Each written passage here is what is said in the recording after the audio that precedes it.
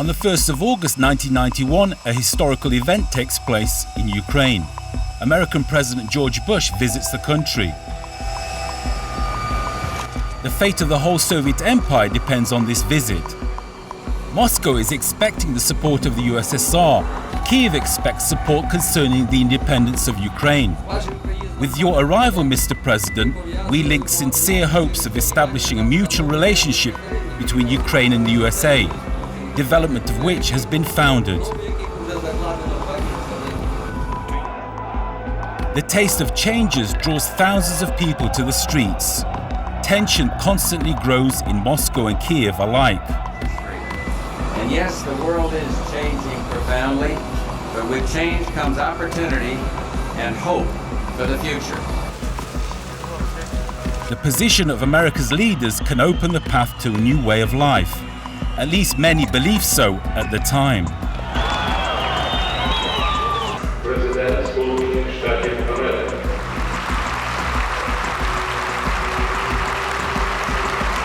In 19 days, the revolution in Moscow takes place. In 3.5 weeks, Ukraine proclaims its independence.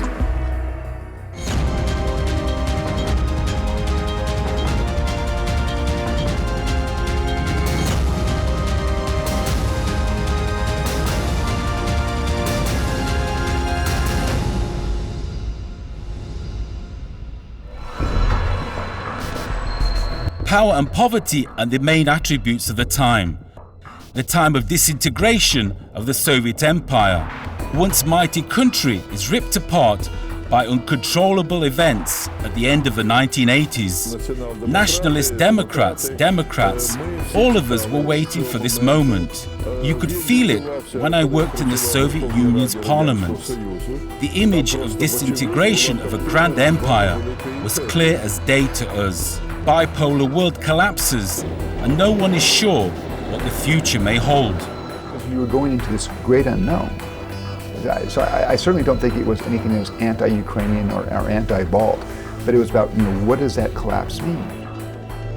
The American decision makers at the time was the fear that the breakup of the Soviet Union could become very violent, and the breakup of a powerful nuclear state could be very dangerous for everybody.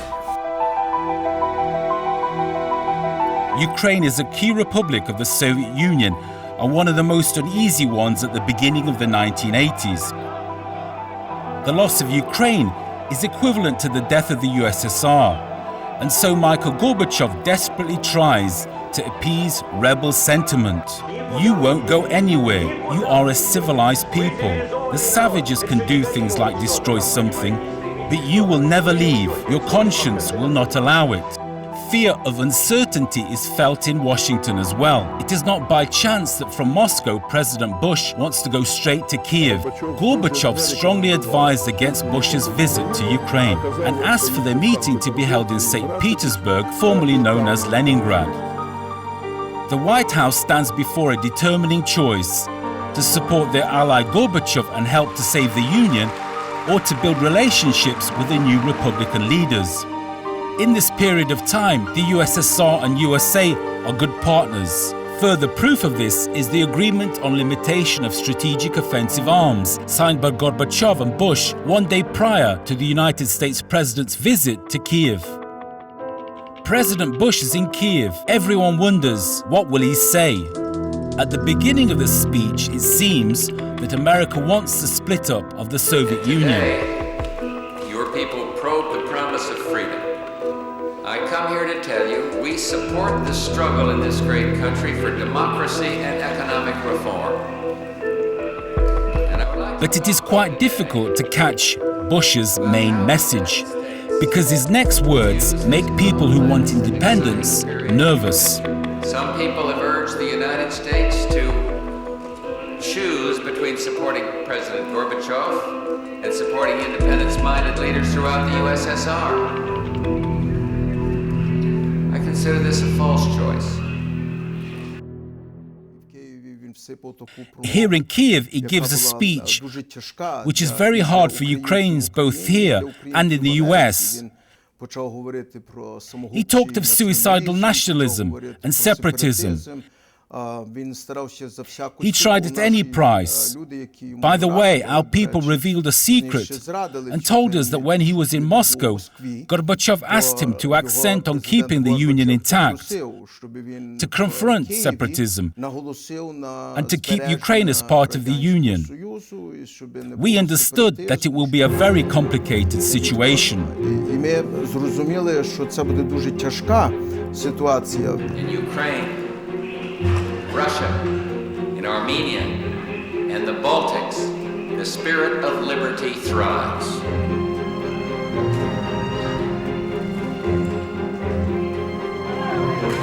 But freedom cannot survive if we let despots flourish, and yet freedom is not the same as independence. Americans will not support those who seek independence in order to replace a far-off tyranny with a local despotism. They will not aid those who promote a suicidal nationalism based upon ethnic hatred. At the airport, Bush says "Spasibo" and leaves for the States on the same day.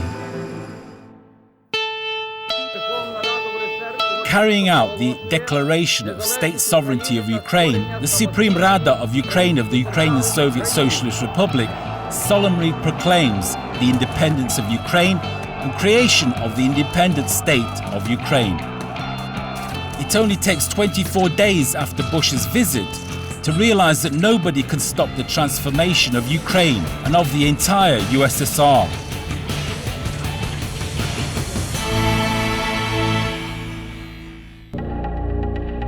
This is probably understood in the White House. However, the American diplomats, for some reason, stake on Gorbachev.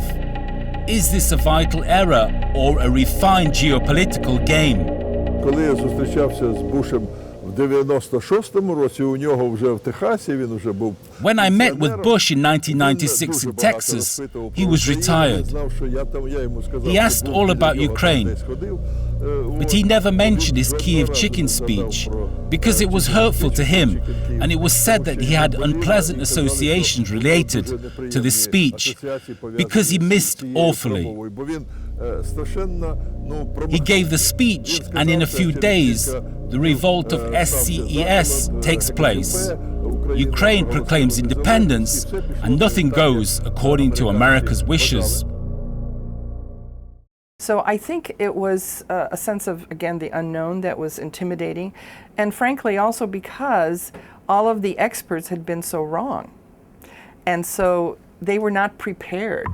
I think all of the Sovietologists just did not allow for this possibility to come about. And so when it came about so suddenly, it took a while to accept and get a sense of how to deal with it. The American diplomatic machine is on hold. Few understood how to act. Ukraine has allegedly proclaimed independence, but it is not yet independent. And whether it will be so in the future was a big question in August 1991. And if you go back to the early 1990s, I mean, there were, at the time, there were serious doubts, would Ukraine manage to survive as an independent state? There was even one American intelligence community report that said Ukraine a nation at risk, and said, will there be a Ukraine as an independent state in 5 or 10 years? America's doubts are not groundless. It's not the first time in the 20th century that Ukraine declares its independence and asks America to recognize it.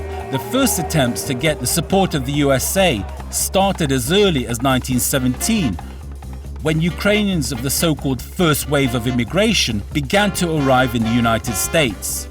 In the 1950s and 1960s, the voice of the Ukrainian community in America became pretty powerful, but not powerful enough to have influence on official politics in the country. When in 1991 independence became a near dream, the Ukrainian diaspora, counting nearly 1 million people, set to defend it with incredible force. We organized large protests and took different measures in connection with that. Our people of Republican origin sent petitions and requests to the government asking for Ukraine to be recognized.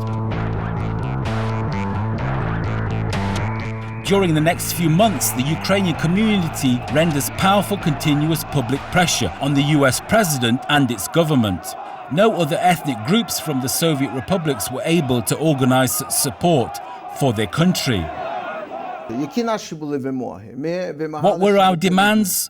We required that the White House recognize the independence of Ukraine, start a diplomatic relationship, to cast aside the Jackson-Vanik Amendment regarding the limitation of trade connections, to start granting privileges to Ukraine, and to start integrating Ukraine in the World Trade Organization back then. Thus, there were about 1 million Ukrainians at the beginning of the 1990s in America. Politically, the majority of them are Republicans, supporters of George Bush's party. And to lose such a number of votes is equivalent to losing next year's coming elections. Maybe that is why the requirements of the diaspora were heard by the White House. The diaspora was invited to meet with the president. This meeting was unique because it lasted for a long time, and the president was there from the beginning right to the end. There was a certain exchange of ideas. He was very diplomatic. He never offended anyone, didn't say a bad word, but he twisted as a diplomat, and this meeting took place for quite some time. He gave promises to us. We were under the impression. He convinced us. He spoke so well that he convinced us that with a minute of the referendum, he will acknowledge the Ukrainian state. Ultimately, we believed him, and all of us left feeling very optimistic. We believed that we did it. We expected even that America would be one of the first countries to acknowledge Ukraine after the referendum. Later on, well-known events took place. The referendum, an election of President Leonid Kravchuk, the funeral of the Soviet Union in Beloveska Pushcha, and the retirement of the first and last president of the USSR on December the 25th, 1991. By virtue of the current situation, the formation of the newly independent countries, I hereby end my activities in the post of President of the USSR. On the same day, the United States of America recognizes independent Ukraine. Kyiv and Washington prepare for the start of official diplomatic relations. You go and you look at, the Soviet Union. The formal collapse or the formal end would be dated to December 25 of 1991. Within 3 months, the United States had moved to establish diplomatic relations and create embassies in every one of the new independent states. So I think once it was clear that the Soviet Union was not going to stand on its own, the first Bush administration reached out very quickly to engage countries, including Ukraine. An ambassador is appointed to Kyiv, and not simply a diplomat. Among all other candidates, the White House chooses this man, an American, Roman Popadyuk, who has Ukrainian origins. He knows the language and he has distant relatives in Ukraine. With this gesture of respect, Washington cools some of the tension and disappointment that arose in Ukrainians over the last few months. From the White House, I went straight to Kyiv. Mr. President Bush said that Ukraine is a very important country, and he wanted to create a partnership between Ukraine and the US, politically and economically. It was very important for me that our hard work advances. Though America has yet to understand the new country, perceiving it as part of Russia, the White House is forced to take Ukraine seriously, because this part, along with independence, had the third largest nuclear arsenal in the world. For the USA, the Ukrainian rockets are a national threat, because they are pointed westwards. Стратегічні монстри стояли Strategic monsters stood aimed at the US cities. I rode with Americans. We were on those rocket mines. And I remember Perry, the Secretary of Defense of the USA, with whom we often met. Frequent delegations. They built housing for us rocket men, for the regiment that was disembodied. And Perry told us that when they arrived with the deputy and looked at the map of targets, they were terrified that among the targets were their hometowns. Monsters such as the SS-18 were aimed at large city centers, 6 warheads with megatons of power.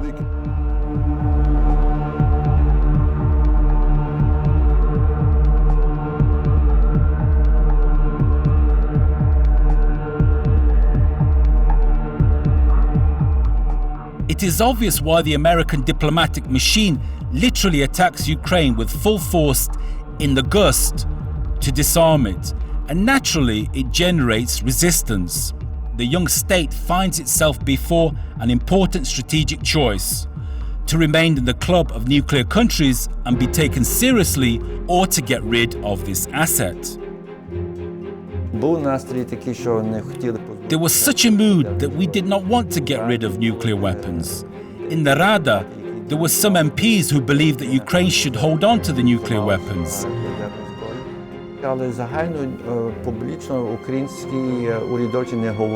But generally, Ukrainian government officials did not talk frankly about Russia, that it needed to have a nuclear weapon against Russia. They said that they need nuclear weapons against some enemies. The choice seems obvious. To leave nuclear rockets is a guarantee of security and independence. However, reality is not so simple. The diplomats of the young Ukrainian state understood back then that Ukraine will not be able to retain and serve a nuclear arsenal. We did not plan a war against the United States, and the range of these weapons is 10,000 kilometers. And the management center was in Russia. Without management, it could not be aimed at anything at all. Now in the world ocean, there were ships that pointed rockets and aimed. And that's why there was not a single reason for us to leave this weaponry. Well, even this, Ukraine had no authority to disarm a warhead because Russia had a copyright on it. And there was the necessity of maintenance because it has a term of service and all. It is known that American diplomats protect their national interests in every possible way. Many countries come under their pressure and simply give in without argument. For example, Belarus and Kazakhstan did so. They got rid of nuclear weapons without bargaining. However, official Kiev acted differently. They decided to do everything possible to get the best out of the nuclear concession. And because of this, it was quite difficult to work out a relationship between Ukraine and the USA in the first years of independence. I was very much involved in those negotiations. I think in retrospect that Washington probably made a mistake in 1992 and the first part of 1993 in that we focused so heavily on the nuclear weapons issue that we failed to create confidence in Kyiv that there would be a relationship once the nuclear weapons issue was resolved. Only in time will Washington understand that a special approach is needed towards Ukraine. In fact, it is not simply a new country, but a strategically important state bordering Europe and Asia. Washington overestimates the geopolitical role of Kyiv on the continent and offers partnership, not dictate. This takes place under the new president of the United States of America, Bill Clinton. Only then are the nuclear tensions gradually decreased. If Ukraine were to show non-cooperation and refuse to give up the nuclear weapons, it would be ostracized. We would grow to be treated like North Korea, which would bring nothing to our people.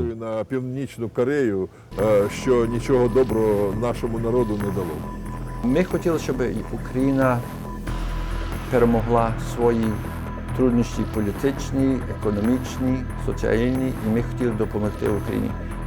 We wanted Ukraine to overcome its economic, political and social difficulties. and we wanted to help Ukraine overcome these difficulties.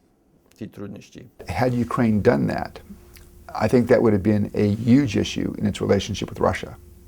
And it would have been a huge issue in Ukraine's relationship with the West. I mean, a Ukraine that had tried to keep nuclear weapons would not have had a strategic partnership with the United States in 1996. It would not have had an invitation to become a partner for peace in 1994 from NATO. It would not have been developing relations with the European Union. It would have been maybe not a pariah state in the sense of North Korea, but it would have found itself, I think, fairly isolated.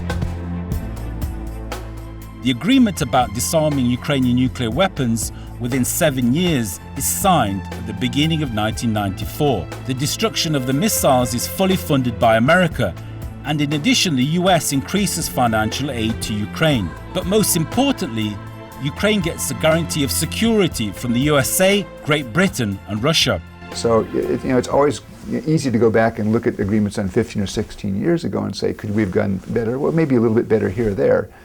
But also I think it was reaching the point where Ukraine really did have to make a decision, and I think at the end the Ukrainian government made the right decision. The other intangible I will point out is I think a lot of the American engagement with Ukraine, and remember in 1997, 1998, Ukraine was probably the fourth largest recipient of American assistance when you took together democratic assistance and economic assistance, Chernobyl and defense assistance. And a lot of that, I think, was driven out of a sense, I wouldn't say obligation, but a sense in Washington that Ukraine had done the right thing on nuclear weapons, and therefore, it deserves some extra consideration. On the 2nd of June 1996, Ukraine officially lost its nuclear status and became the only state in the world which voluntarily gave up its nuclear weapons. A new page begins in relations between Kyiv and Washington.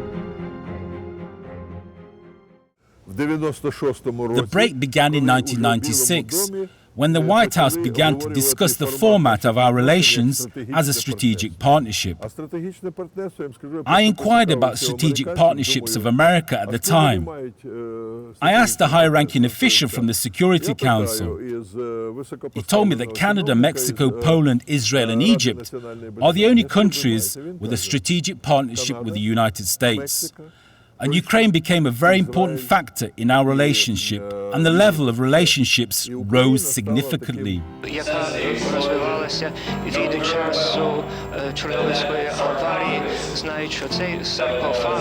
Many can envy the position in which Ukraine appears now. All questions between Washington and Kyiv are actually decided in real time. A special intergovernmental committee is formed for this purpose. It is headed by the President of Ukraine, Leonid Kuchma, from one side, and the Vice President of the USA, Albert Gore, from the other. While before there was an ocean of misunderstanding between the capitals, now the partners are seemingly in arm's reach. Even Russia in this period is in second place in US foreign policy. The status of the commission between these countries is a lower level, merely intergovernmental.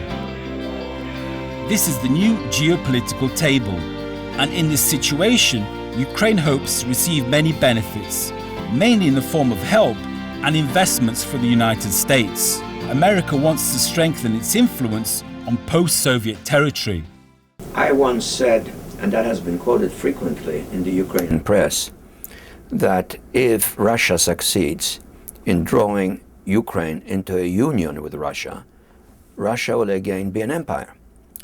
But I would like to add to that, namely, if Ukraine moves to Europe, Russia will also move to Europe. And that will be good not only for Ukraine, but also for Russia. So in a sense, geopolitically, Ukraine's future is of importance not only to Ukraine, it is actually of importance to Europe and to Russia.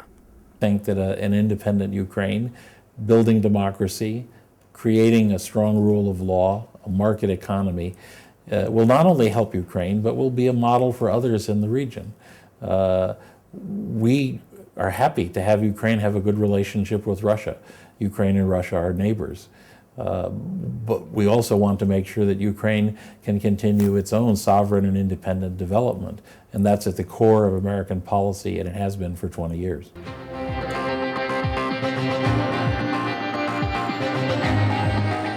The Ukrainian-American relationship brings concrete results. International financial institutions like the International Monetary Fund, World Bank, European Bank of Reconstruction and Development gladly give loans to Kiev. Financial help is rendered to Ukraine, and foreign investors are attracted. By the end of the 1990s, a young country gradually comes out of prolonged economic crisis. We don't have an exact number because the funds come from a variety of areas. I think the overall USAID assistance is somewhere in the $1.7 billion range. But you see, we also get money from military assistance. We've provided assistance for law enforcement, and those come from different funds. The bottom line is it's a substantial amount of money. I think the generosity of the American people is an illustration of the importance we attach to this country and the importance we attach to our relationship with the Ukrainian people. But the status of America's strategic partner also puts obligations on Ukraine in many ways. Ukraine is expected to undertake decisive economic and democratic reforms and the overcoming of corruption. However, Ukraine was unable to follow this path quickly and painlessly. This became clear after the presidential election in 1999. The election was not a horrible election. It was not a Central Asian election, but it wasn't what we'd expected from Ukraine at that time. And we had made our concerns known to the Ukrainian government privately in September, and then in the second half of October of 1999, when the problems continued, we felt that we had to speak out publicly because the United States does have a certain interest in seeing democracy promoted. But so I think in the end, though, I mean, it was an election that created a bad image. At this time, there were leadership changes in Russia, and with this change, step by step, Moscow proceeds with its geopolitical ambitions, and Kiev begins to return to the zone of influence. Ukraine is predisposed to development in the standards of Asian democracy and seduced by economic profits from metals, gas, and other spheres. By the way, I'll never forget what Clinton said to our representatives. If you have any influence on the development in Ukraine, have Ukraine do everything possible to gain independence from Russia concerning energy, because Russia will use it as a weapon against Ukraine. And we see today that there really are such moves from the side of the Russian Federation. At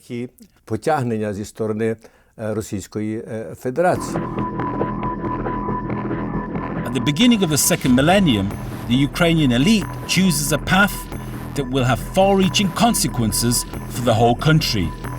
Kiev gradually grows distant from the West and drifts towards Moscow, not seeing the whole perspective of collaboration with developed countries.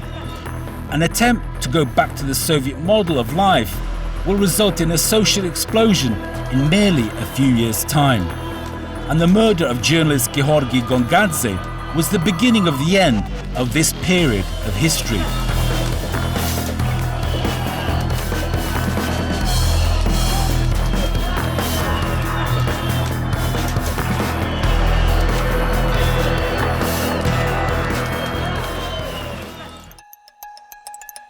Leonid Kuchma is suspected of giving the order. The main proof of his guilt is the recordings which were made by a security guard of the country's leader in the president's office. However, together with these tapes, other conversations from the first office of the country are made public. On them in particular, he talks about the sale of the Ukrainian radio location radar system Kolchuga to Iraq, disregarding United Nations sanctions. The trust between Ukraine and America totally collapses. Yeah, the U.S. government was very careful, and this was the case when we had a recording in which President Kuchma was heard to agree to the sale of the Kolchuga radar to Iraq.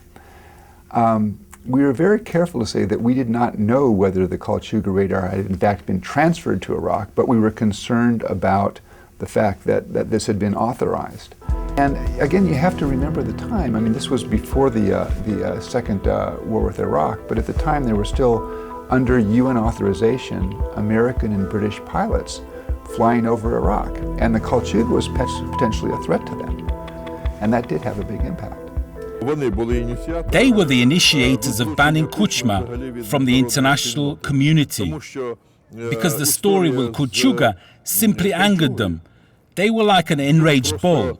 Розлютила. Вони були як At that time, I was in Canada, not in the US, but I was called and told, as you can imagine, our airplanes will fly, and your Kulchugas will take them down. Ваші кольчуги будуть їх збивати.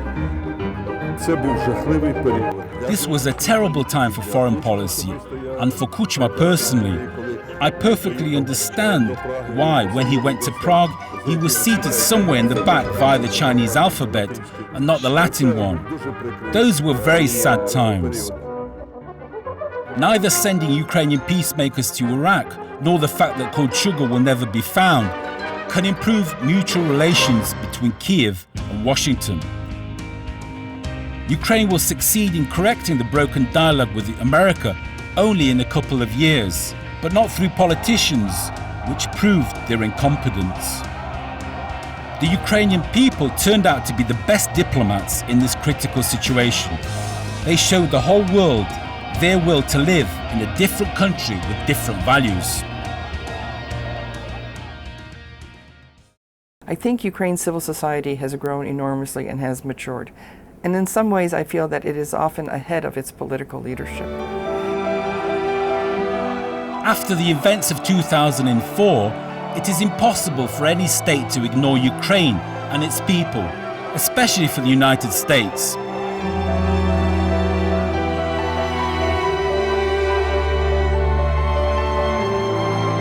And I also believe that Ukraine's independence is secured by the changes that we've seen in Ukraine's civil society. It is standing up for itself.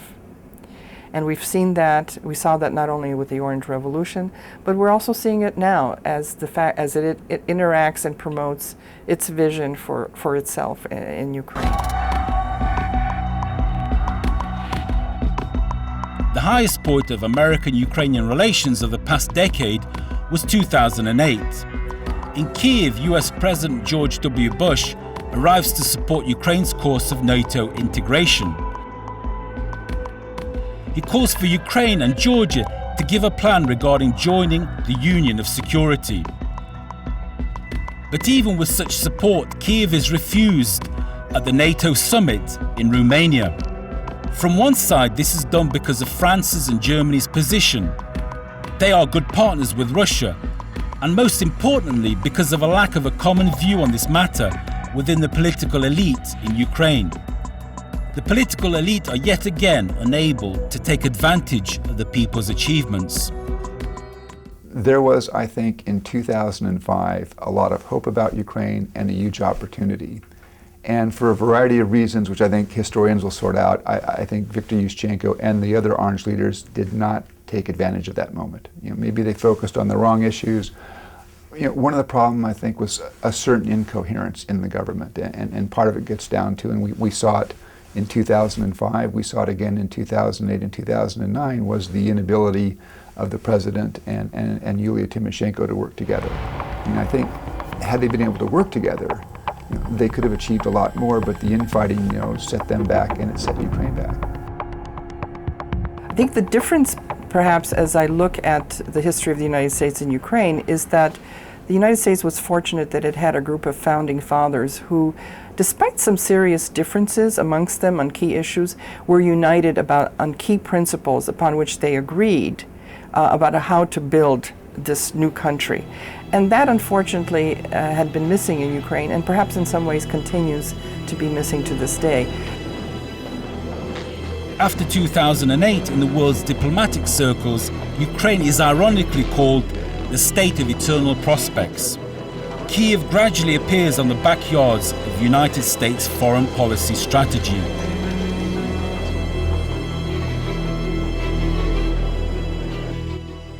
A serious geopolitical turn took place. The US left us to Russia's sphere of influence. It is cynical, but this was a trade. They got the possibility of delivering military equipment through the North Pole to Afghanistan through Russia's territory and the airfields of Kyrgyzstan.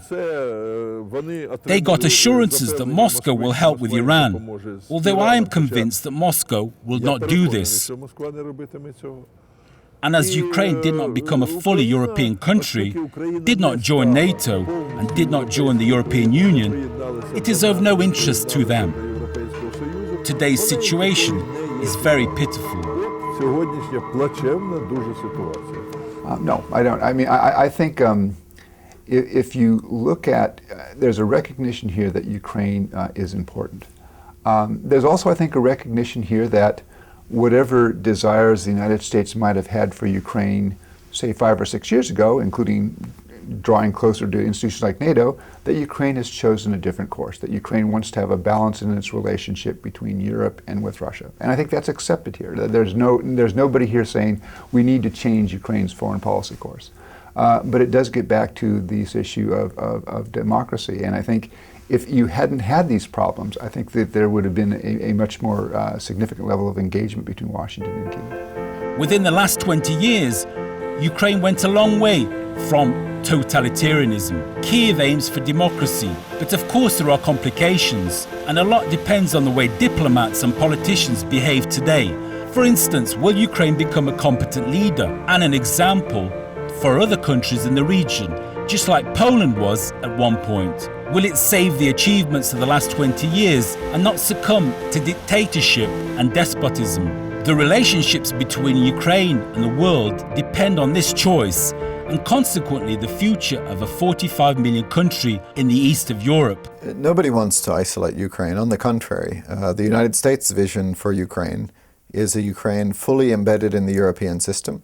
Ukraine itself has expressed an interest in closer ties and potentially eventually membership in the European Union.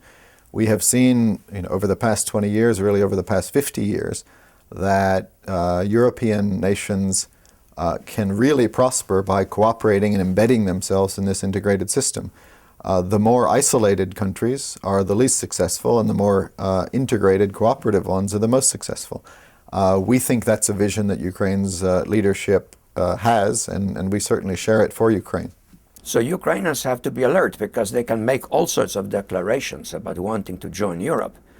But if Ukraine becomes an authoritarian state in which there is censorship, political pressure on political opponents, exploitation of national wealth for narrow personal advancement, there's no chance of Ukraine then joining Europe, because Europe will not want such a Ukraine. So it's up not only to the Ukrainian government, but it's up to the Ukrainian people, who are an intelligent, well-informed people. No matter what the situation in Ukraine, you can be sure that the United States will continue to cooperate with it, because Ukraine is a key state of Europe. No matter who comes to power, Washington will not lose interest in Kyiv, because a powerful Ukrainian lobby was formed in America throughout the years.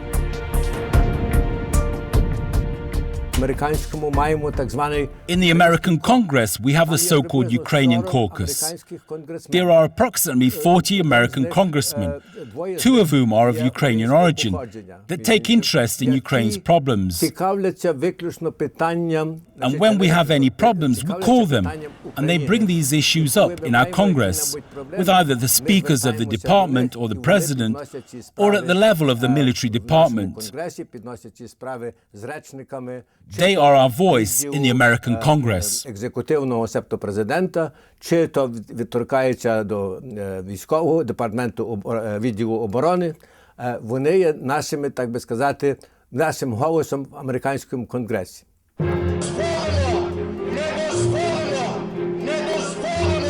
Presumably, no single former republic of the Soviet Union has such an influential lobby in American politics. It is sufficient to remember how much pressure was put on the government and president of the country during the recognition of Ukraine as a free country. Another example is the abolition of the Jackson-Vanik Amendment, which limited trade with Kyiv for over 30 years.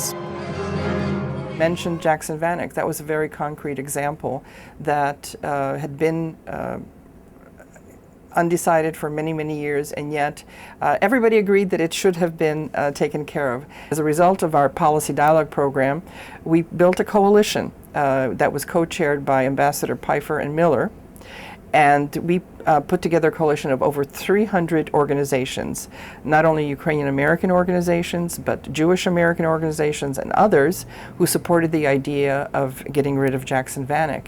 And in this regard, I must make a mention. During the years of independence, Ukrainians surprised the world repeatedly with an amazing ability to fight for change peacefully during some of the most difficult moments in their history. But just as often, we baffled the whole planet by ignoring great opportunities for improvement. These are probably common attributes in the development of any young country. Our relationship with the US is like a cardiogram of a heart patient. There are some falls and pauses with the absence of any pulse, with jumps, etc. Because there were very critical moments in our relations, but there were very grand and very rich moments which greatly inspired us here in Kyiv.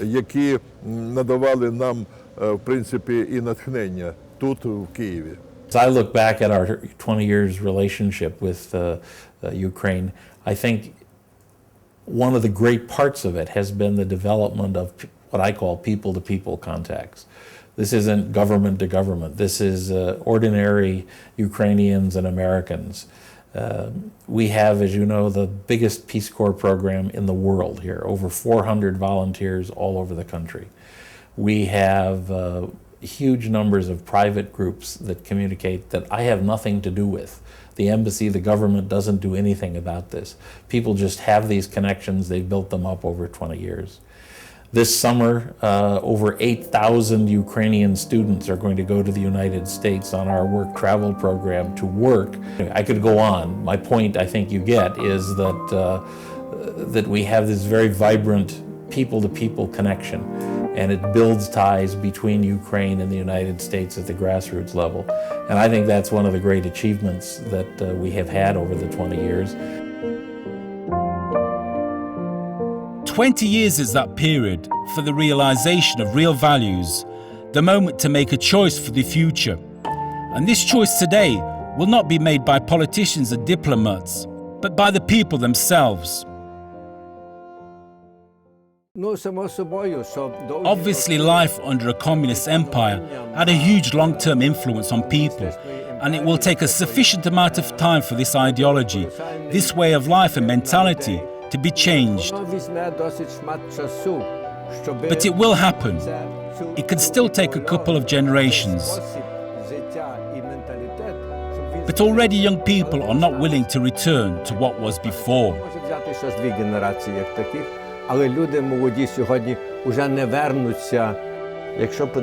If you look at the history of my country, America is only 235 years old.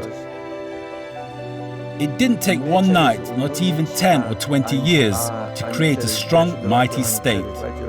This is an ongoing process, and the Ukrainian people must be patient. I think Ukraine can have a bright future. It has immense natural resources. Secretary Clinton, when she has been in Ukraine, has always been focused on this and the potential. And so this is a country with huge potential, an educated population, links to east and west and north and south, crossroads for the Europe we want to see. So I think Ukraine's future is in Ukraine's, the people of Ukraine's hands. Over 20 years, the country has made considerable progress. It has shortfalls in some areas, but I think if the next 20 continue this path, Ukraine will have a very bright future.